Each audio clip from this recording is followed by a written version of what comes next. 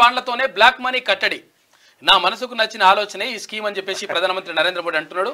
Opposition పార్టీలది అసత్య ప్రచారం. మోడీ లోటుపాట్లుంటే సరిదిద్దుకుంటాం, బాండ్ల రద్దుతో నిజాయితీ పరులు బాధపడతారు, మేము రాజ్యాంగాన్ని మారుస్తామనే భయం వద్దు, దేశానికి నేను చేయాల్సింది చాలా ఉంది, ఇది ట్రైలర్ మాత్రమే, అసలు అభివృద్ధి ముందుంది, ఎవరు పెట్టుబడులు పెట్టినా ఇక్కడోళ్ళకే ఉద్యోగాలు. ఎన్ఐఏ ఇంటర్వ్యూలో ప్రధాని వెల్లడి. ఎలక్టోరల్ బాండ్ల విషయంలో ఆపోజిషన్ పార్టీలు అసత్య ప్రచారాలు చేస్తున్నాయని ప్రధాని నరేంద్ర మోడీ మండిపడ్డారు. ఎన్నికల్లో నల్లధన ప్రవాహాన్ని అడ్డుకునేందుకే ఈ స్కీమ్ తీసుకొచ్చామని తెలిపారు. తాము కేంద్రంలో అధికారంలోకి వచ్చినప్పటి నుంచి బ్లాక్ మనీకి వ్యతిరేకంగా పోరాడుతున్నామని. మీరు పోరాటం ఏంటి సార్? నాకు అర్థం కాలే. బ్లాక్ మనీకి వ్యతిరేకంగా మీరు పోరాటం కాదు సార్ చేయాల్సింది, యాక్షన్, చర్యలు తీసుకోవాలి. మీరు ఇంకా పోరాటం చేసేది ఇక్కడ. పోయినసారి అచ్చేదిన్ ఆయోగి, అచ్చేదిన్ అయిపోయింది, అది ఆ నినాదం అయిపోయింది. అచ్చేదిన్ ఆయోగి నినాదం అయిపోయింది.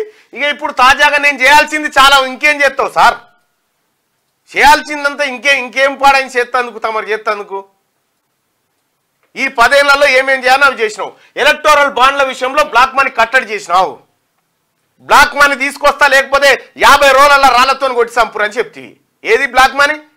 ఆర్బీఐ చెప్పే 99% నోట్లు వాపసు వచ్చినాయని చెప్పే, డిమానిటైజేషన్ ఫెయిల్ అయిందని చెప్పి నిన్ననే కదా అంతగా పిసుగు పెడితే. నరేంద్ర మోడీ గారు మీరు మసిబూసి మారడికాయ చేసేటువంటి కార్యక్రమాలు చేస్తూ ఉన్నారు. ఇక్కడ మేము రాజ్యాంగాన్ని మారుస్తామనే భయం వద్దని అంటుండు. ఇవన్నీ చేసేటియే. ఈ భయం వద్దు, ఆ భయం వద్దు అంటుండు. అసలు భయం మీరే కదా ఈ దేశానికి. ఇక్కడ దేశానికి నేను చేయాల్సింది చాలా ఉందని చెప్తాడు. ఏముంది సార్? ఇంకా చేయాల్సింది ఏముంది చెప్పు. ఏం మిగిలిపోయిందో చెప్పు దేశ ప్రజలకు మీరు చేయాల్సింది. అప్పుడే వికసిత భారత్ అయిపోయా, వచ్చేది వచ్చేసే, బ్లాక్ మనీ వాపసు వచ్చే.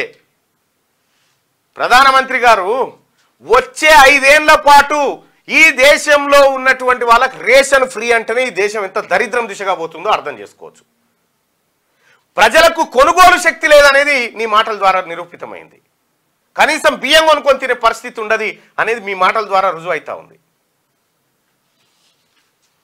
ఇది ట్రైలర్ మాత్రమే, అసలు అభివృద్ధి ముందుందో అంటాడు. ఏం ముందుంది?